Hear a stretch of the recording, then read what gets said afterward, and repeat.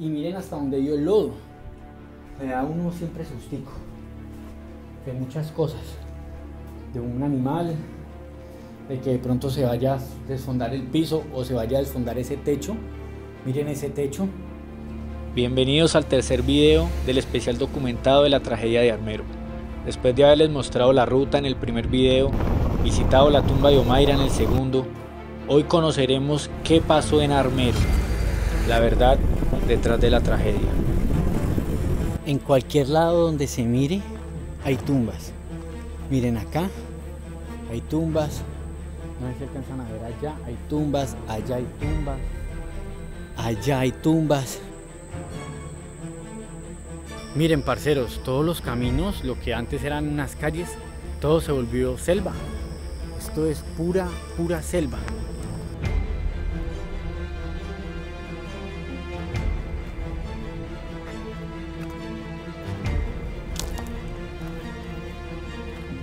Esta catástrofe mató al 95% de la población de Armero. En su paso antes de llegar acá, rozó un poco Villa María Caldas y Chinchiná Caldas. Pero ese pequeño roce mató a 1.800 personas en Chinchiná y 1.200 personas en Villa María. Muchas casas o veredas aisladas quedaron completamente desaparecidas. En muchos lados por el estilo como veredas, puntos donde hay casas, murió mucha gente antes de que llegara aquí a Armero.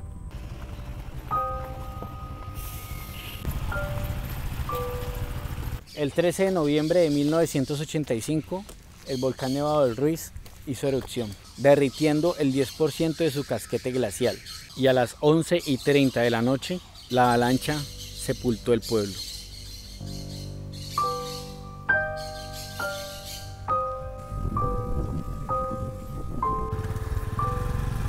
Armero era un pueblo muy próspero, era uno de los pueblos más prósperos, o la ciudad más próspera del Tolima. Dicen que donde no hubiera sucedido eso, sería la ciudad principal del Tolima, porque tenía de todo, tenía siembras de todo. Para los que de pronto no saben, cuando un volcán hace erupción o bota alguna sustancia y cae en algún lugar de la tierra, esa tierra se vuelve muy fértil, esa tierra donde usted lo que siembre pelecha. Y aquí en Armero ya había tenido algunas avalanchas hace muchos años atrás, pero muchísimos años atrás. En este lugar eran unos duros en la siembra de arroz, algodón y ganadería. Por eso la llamaban la ciudad blanca de Colombia. Por eso en 1986 el mismísimo Papa Juan Pablo II vino a Armero y lo declaró Campo Santo. Este pueblo era tan próspero, pero tan próspero, que tenía su propia marca de gaseosas llamada La Bogotana. Armero lo habitaban aproximadamente entre 35.000 y 40.000 personas, de las cuales 25.000 personas murieron en la catástrofe. Lo peor del caso es que esta catástrofe se hubiera podido prevenir, pero por negligencias políticas no vieron el desastre que se avicinaba, a pesar de que muchas personas ya se lo estaban diciendo.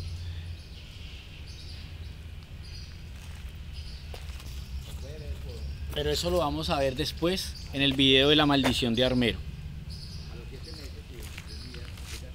Después de la avalancha, cuando sucedió todo, Armero queda en completa oscuridad y en completo silencio. Una oscuridad, la gente queda como aturdida, los sobrevivientes no saben ni qué fue lo que pasó, las autoridades tampoco saben qué es lo que realmente sucedió en Armero. Saben que hubo como una avalancha, pero no tienen la magnitud de lo que pasó. Hay muchas notificaciones de radioaficionados que llegan, pero son demasiado increíbles para creerlas. Otra de las avionetas que pasó a sobrevolar en la mañana, el piloto no podía creer lo que estaba viendo. Y cuando mandó ese reporte a Bogotá para que lo viera el mismísimo presidente, Belisario Betancur, que era el presidente de esa época, el presidente le responde: no seas exagerado. Pero su opinión cambiaría después cuando un helicóptero sobrevuela la zona y se da de cuenta que Armero había dejado de existir. Cuando llegan los rescatistas es demasiado fuerte ese momento, ya que lo que ellos observan es terrible. Armero había desaparecido indiscutiblemente.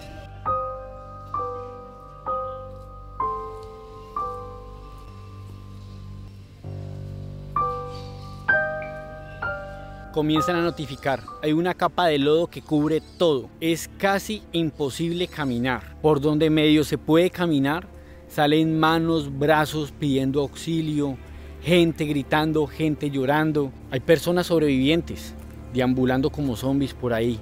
Parecían almas en pena, como si ya no sintieran nada de tanto dolor que habían padecido. Recordemos que eso sucedió a las 11 de la noche. La gente estaba dormida, la gente estaba en pijamada. Les tocaba andar prácticamente desnudas, ya que la ropa se quedó pegostrada de ese barro. Y eso no los dejaba caminar, les tocó quitarse esa ropa, andar en ropa íntima y muchos desnudos. Había también muchas personas ciegas porque el barro se les había metido por todos los ojos. Personas sordas por la misma situación, muchas personas muertas, muchas personas desaparecidas, gente que era la única que quedaba de su familia, la única de toda una familia, de tíos, de hermanos, de primos, de la mamá, del papá, de los primos más lejanos. Él era el único o la única que había sobrevivido. Los rescatistas estaban realmente impresionados con esta imagen tan apocalíptica. Esto no tenía precedentes acá en Colombia. No sabían ni siquiera qué hacer, cómo reaccionar, pero la cosa se pone peor. Al pasar los días, aproximadamente una semana, se ordenó cancelar todas las operaciones de búsqueda y rescate. ¿Pero por qué? Si podían haber más sobrevivientes, ¿por qué hacen eso? Ya no tenía caso seguir. El lodo se había secado y en vez de eso ayudar, complicó las cosas aún más. El lodo se volvió realmente espeso y hundía los pies de los rescatistas. Dentro de ese lodo había piedras demasiado filudas que podían dañar las botas de ellos y darles una infección. La vida de los rescatistas también estaba en juego, pero como les digo, se pone peor. Ese tipo de situaciones sacan o lo muy bueno de nosotros o lo muy malo.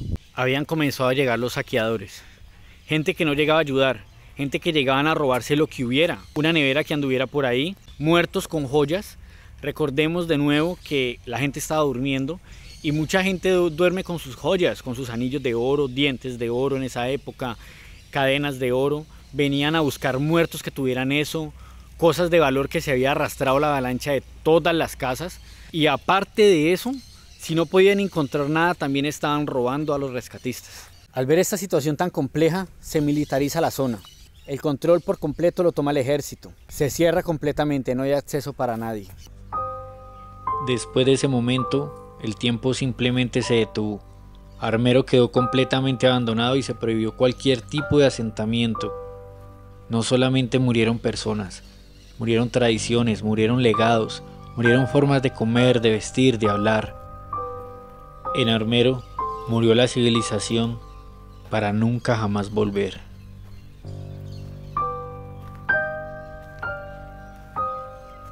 Se me hace tan impactante para mí pensar que este lugar, que es una bóveda, y aquí donde había un banco, atrás donde no se ve sino monte, ustedes pueden observar que atrás de mí no se ve sino monte, era una sociedad como la que conocemos, como la de un pueblo, como la de una ciudad, donde está el señor vendiendo cosas, donde está la gente jugando parqués, donde hay mucho comercio activo, donde hay mucha gente haciendo diferentes actividades. Se me hace tan difícil como procesar eso, por más que me he documentado, por más que ya sé cómo sucedió, no lo puedo como interpretar en mi mente. ¿Cómo sería algo así? Una avalancha como de este tamaño, viniendo con una fuerza endemoniada, viniendo y como que uno para donde vea, ustedes para donde miren viene esa avalancha, por donde miren, ustedes van a ver esa avalancha que viene hacia donde ustedes, si ustedes logran estar todavía vivos para ese momento, ¿no? Porque hubo muchas personas que ni cuenta se dieron que se murieron, gente que estaba durmiendo y se les cayó la pared encima o se les metió todo ese barro y los mató de una. Esos ni cuenta tal vez se dieron de que se habían muerto. En cambio las otras personas que ven esa situación estilo película, quién sabe de qué tamaño, dicen que como de 1 metro, 1,5 metros más o menos, con esa fuerza que usted ve que está destruyendo todo. Qué capacidad tan impresionante tiene la naturaleza de dar vida y de destruirla también. Esto que ustedes ven aquí es una de las calles que también sobrevivió, está pavimentada. Aquí está mi moto y aquí estarían parqueados cantidad de vehículos, cantidad de motos, cantidad de cosas, gente haciendo negocios, gente conociéndose, familias que salen a tardear, a comer alguito. Miren el parque donde muchas personas hacían sus actividades, y esto vendrían siendo casas y negocios. Es increíble pensar que ahora lo que es un monte, lo que es una selva, antes había una vida completamente normal, incluso muy avanzada a la época. O sea, este lugar tendía al crecimiento, tenía demasiado dinero en movimiento, demasiada actividad. Mucha gente venía aquí a hacer vida porque se podía, aquí había plata, aquí había movimiento, dinero. Y miren, todo quedar en nada. Hagan de cuenta lo que para ustedes puede ser Bucaramanga, Cali, Manizales, ciudades de progreso, ciudades donde hay de todo, edificios donde hay de todo, de un momento a otro destruidos. Esto era tan impresionante que tenía hasta teatro, cine. Es increíble, en serio, me parece tan impactante y es difícil de interpretar. O sea, uno conoce la historia, sí, pero es difícil de imaginarse el tamaño de la avalancha, y ahora imaginarse el miedo, el pánico que tenía la gente. Es que yo no creo que eso se le pueda decir ni siquiera miedo, el desespero, algo que por lo menos ahora uno ha escuchado documentales, uno ha escuchado historias, sabe cuáles son las mejores opciones para sobrevivir, pero en esa época donde no se sabía nada de una situación así, nada. La gente vivía normal, tranquila, vivía sus vidas bacano. Y sucede eso, lo peor, en medio de la noche. Por lo menos en el día, miren, uno puede ver, uno puede como tomar decisiones más, con la cabeza un poquitico más fría. Pero en la noche, eso sucedió a las 11:30 de la noche cuando entró. Toda esa coalición de lodo se demoró 2 horas, desde el Nevado del Ruiz hasta Armero. 2 horas donde se hubieran salvado vidas. Por eso es que yo lo aclaro en el video de la maldición de Armero, la verdadera historia, que hubo negligencia del Estado, porque al Estado se le advierten muchas cosas y el Estado no para bolas hasta que las cosas son un problema ya. De repente la gente dejar de ver todo lo que conocían. Cierren los ojos ustedes por un momento y traten de imaginarse que están en la mitad de la cuadra de su casa. Abren los ojos y ya no hay un edificio, no hay una sola casa en todo el barrio. Donde de pronto hay un hotel, no está el hotel. Donde de pronto hay un billar, no existen los billares. La zona comercial desapareció por completo. Y lo único que ustedes ven es barro, gente pidiendo auxilio, una cantidad de gente muerta. Es una escena desesperante, parceros, es una escena fuertísima. Esto es bastante impactante. Es un mensaje que nos tiene que quedar. Esto es un mensaje que nos tiene que quedar porque esto no puede volver a suceder. Y ahora también les voy a explicar lo que les dije de por qué la gente, al ver que había llovido ceniza, al ver que hubo estado temblando, o sea, ya había señales, por Dios. ¿Por qué no hicieron algo? ¿Por qué no salieron simplemente? Porque la gente se había acostumbrado a eso. Y uno no se puede estar acostumbrando a esas cosas. Eso no es normal. O sea, si esas cosas pasan, no se puede vivir ahí. La gente se había acostumbrado a los temblores. La gente se había acostumbrado a las cenizas. La gente se había acostumbrado a que sí, el volcán hace como unas erupciones, pero eso no es nada. Eso no pasa nada, hombre. Además es que va a derrumbar, que va a desaparecer un pueblo. Miren. Es capaz de eso y mucho más. Bueno, espero que acá en Colombia hayamos aprendido la lección de que vale mucho más la vida de las personas, porque los gobernantes no toman decisiones cuando las deben de tomar, y los que quieren tomar decisiones están maniatados, como el alcalde de aquí, de Armero. El alcalde quiso tomar decisiones, pero no pudo. Eso, como les dije, se los voy a explicar mejor en el video de la maldición de Armero, la verdadera historia.